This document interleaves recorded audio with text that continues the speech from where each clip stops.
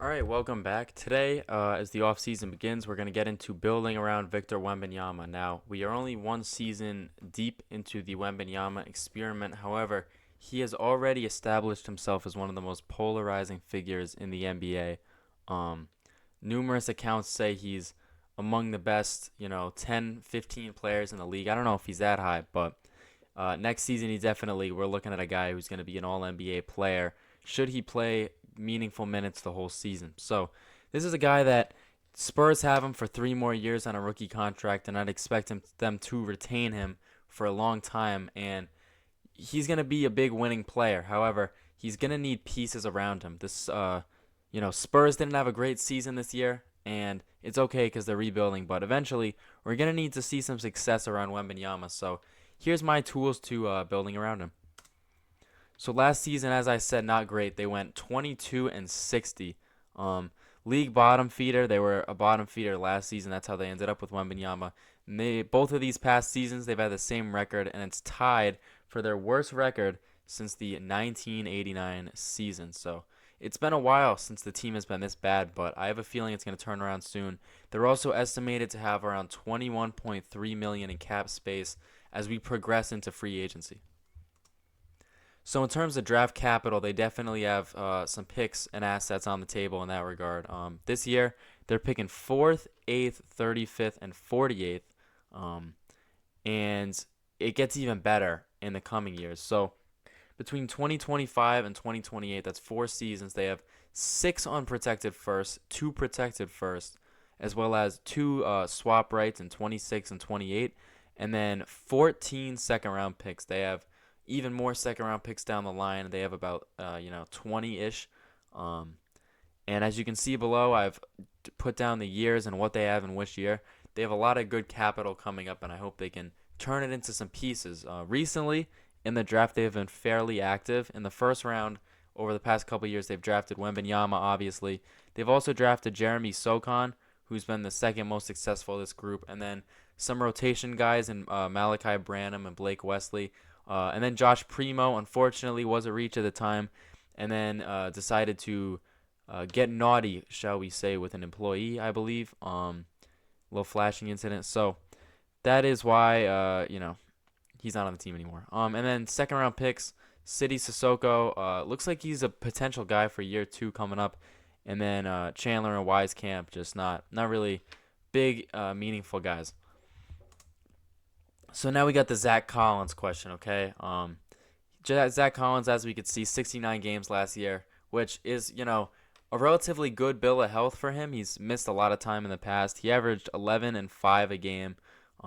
He's due roughly 16.7 million, however, for this upcoming season. And he has 2 seasons left on his deal. This is a guy that I wonder if San Antonio will move off of because that's a lot of money for a guy. And I feel like Collins might not be as impactful as the money he's receiving. They did just extend him, but I'm curious to see what they do with him and how they answer that question. Some available free agents, Tobias Harris, coming off a roughish patch with the Philadelphia 76ers. I feel like he's still a good player, can still definitely get you some buckets, provide an offensive boost. Same thing with Buddy Hield. Had a tough postseason. However, he showed up in a couple games, and we know him to be one of the best three-point shooters. Additionally, his availability has been something. It's been a force to be reckoned with. He played 84 games this year. Average NBA player plays 82. It's the amount of games in a season, not average, but there's only 82 games in a season, so Hield was putting in work. Gary Trent Jr. kind of does the same stuff as Hield. Maybe not as good as a shooter, but he makes up for it in other ways. He's definitely better at driving to the rim. He can make you pay from all levels of the floor. And once a year, he goes off, has a crazy game. Tyus Jones, another interesting player. Now, this is a guy, he's a brother of Trey Jones, who is currently the Spurs point guard. This is a guy who protects the rock. And when you have a guy like Wembanyama, that's kind of what you'd be interested in. A guy that can just administer the ball safely, run an offense. He averaged 7.3 assists this season, only 1 turnover. We know that he's led the league in assist to turnover margin for a very long time. The ratio is always up there. And he's proven he can be a starting point guard in this league. The only problem is I'm not quite sure how much you want to commit to him because if he is a starting point guard, he is still on the lower tier. Scoring is definitely a little limited. He can score in batches, but overall, Jones is a solid player. And then Malik Beasley, again, another shooter like Heel. This is a guy that can get the ball in the net. So as it stands, looking at our rotation, this is what the Spurs are looking at right now. So point guard, we see Jones, and he's backed up by Devontae Graham. That's another expendable salary. Shooting guard, Devin Vassell, another guy, definitely a proven guy in this league. He can make some shots. Branham and Wesley, two project players still. Small forward, Kellin Johnson. We'll get to him, but this is an interesting piece for the Spurs. Followed by Sidi Sissoko and Julian Champagny. And then he's joined by Jeremy Socon at the power forward. We saw him get some guard play, but it did not turn out well, unfortunately. And then Raekwon Gray, just another body. And then Wembanyama, Zach Collins, and Charles Bassey, all guys. In terms of free agents, they have some guys that they could re-sign. Cedi Osman is an unrestricted free agent. They have three restricted free agents. That would be Sandro Mamukavili. He was crazy in college. I remember him playing Providence a couple times. As well as former Providence player David Duke Jr. and Dominic Barlow. They're all eligible to be re-signed. As I said, the Spurs have cap space, so they can definitely retain these guys should they so choose. And then to note, Branham, Wesley, Sissoko, Socon, Gray, and Wembanyama are all on rookie contracts. So that's cheap labor for, a good amount of time. So here we got some draft trade possibilities, and with the draft, I believe it's about 1 p.m. at the time I'm filming this. So about 7 hours we are from the draft, and it'd be a little unlikely to see some rumblings. However, I think, as we get closer, we might see some draft rights being exchanged. And one interesting thing I like is Spurs trading for the first pick with Atlanta. They're giving up the fourth pick, and they're also giving Atlanta their pick back in 2027. Now, in terms of giving picks back, we saw this last night with the Rockets giving the Nets picks back. Big night last night in the NBA, and we'll be covering all that later. But I think Atlanta would much prefer to have their pick back. And in terms of who they're getting from the first pick, it's a question of, would you rather have a guy like Sarr, but then they're angling for Risa Shea, and I just don't believe Risa Shea is that good a player. So if you move down to 4, Spurs are getting 1, they're taking Alex Sarr, and then you're going to 4. If you look at how the draft shapes up, I believe Washington would take Risa Shea, and then Houston's pretty locked into Reed Shepherd.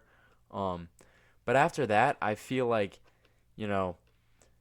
the move to make for Atlanta would be Stephon Castle, and in that case, you trade DeJounte Murray. Now, Murray is a stellar player, but I feel like their return for him might be more beneficial to the team.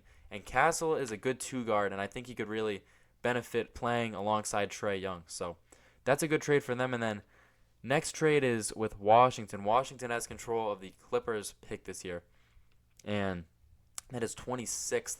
So in this one, San Antonio is foregoing 3 second-round picks, one of which is 35, one of which is 48 this year, to move up to 26, just getting some more assets to Washington.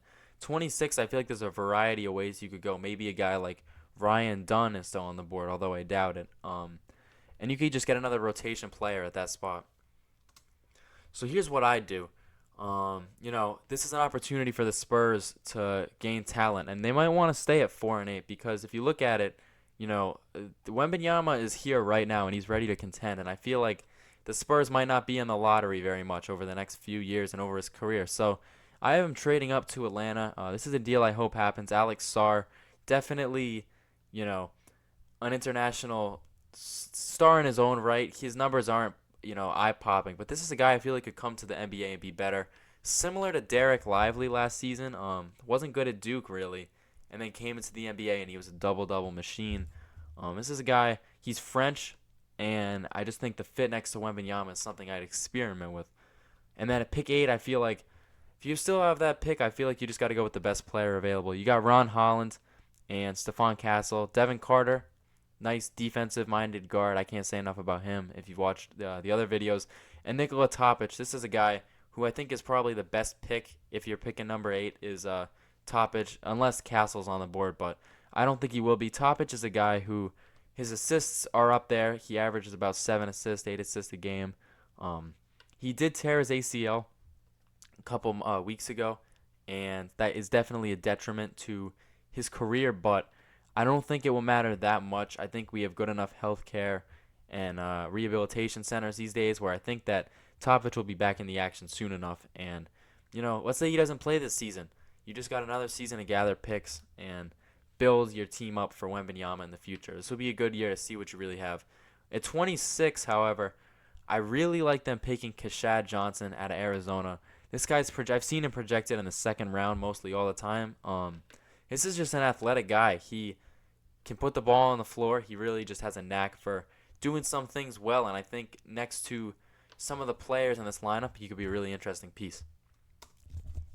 Secondly, we got to clear some cap space, I feel like, and doing that is Zach Collins to Detroit. Now, we have second-round picks to spare, so why not send them over?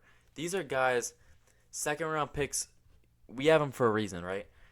And I don't think the reason for this team is to pick players. Now, we're going to need that cheap labor down the road. However, this is not there's the 3 second-round picks is only a mere dent in the overall asset pile.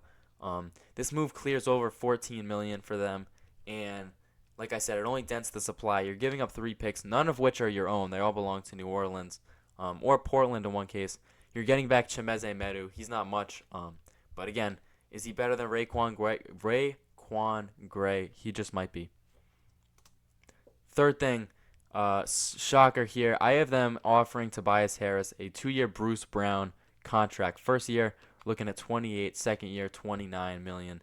And this second option, I actually meant to write team option. I feel like this is a good move for Tobias Harris because this is a guy where, let's say the Spurs do contend, he will look really good on this team, and maybe might even get looked at in the same fashion as like an Aaron Gordon, as a guy you can trade to a contender. If we have a year where Tobias Harris bounces back and looks like a formidable asset, that will benefit both him and the Spurs. Although he's struggled, there's no doubt he has.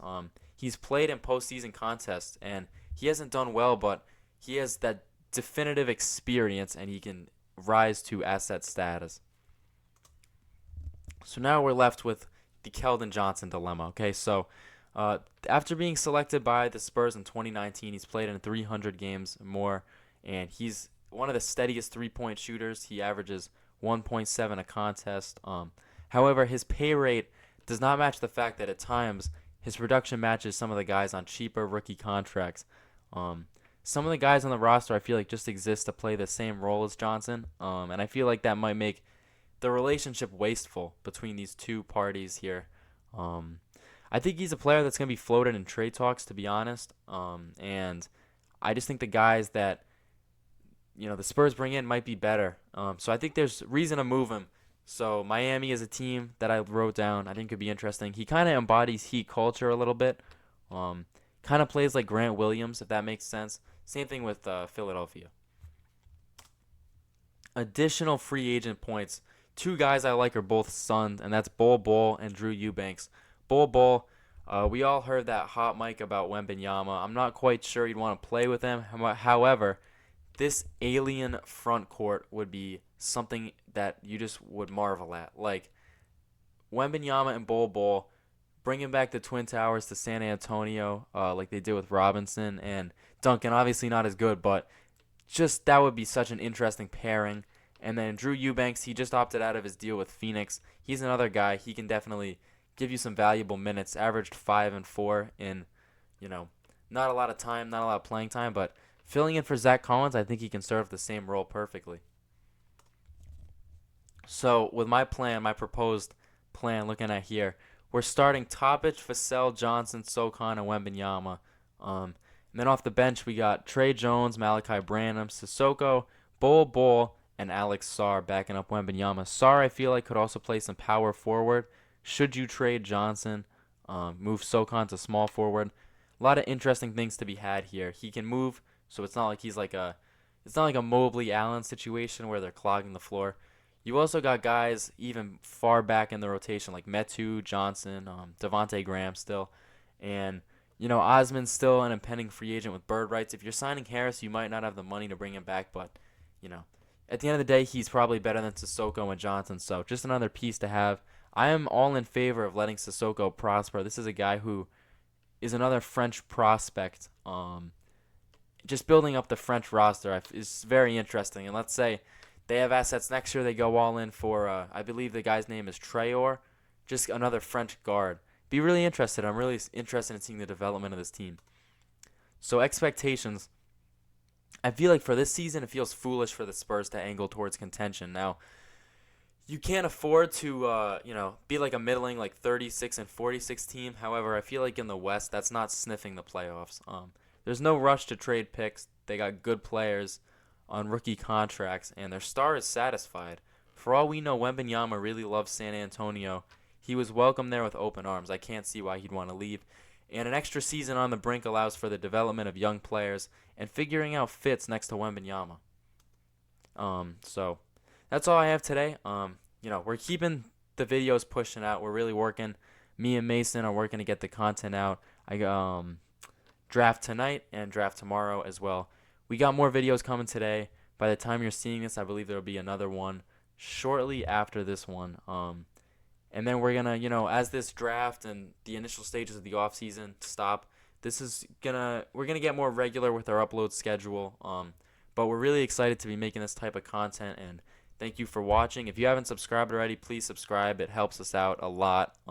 We're building this brand up from the bottom. So thank you guys so much, and we'll see you on the next one.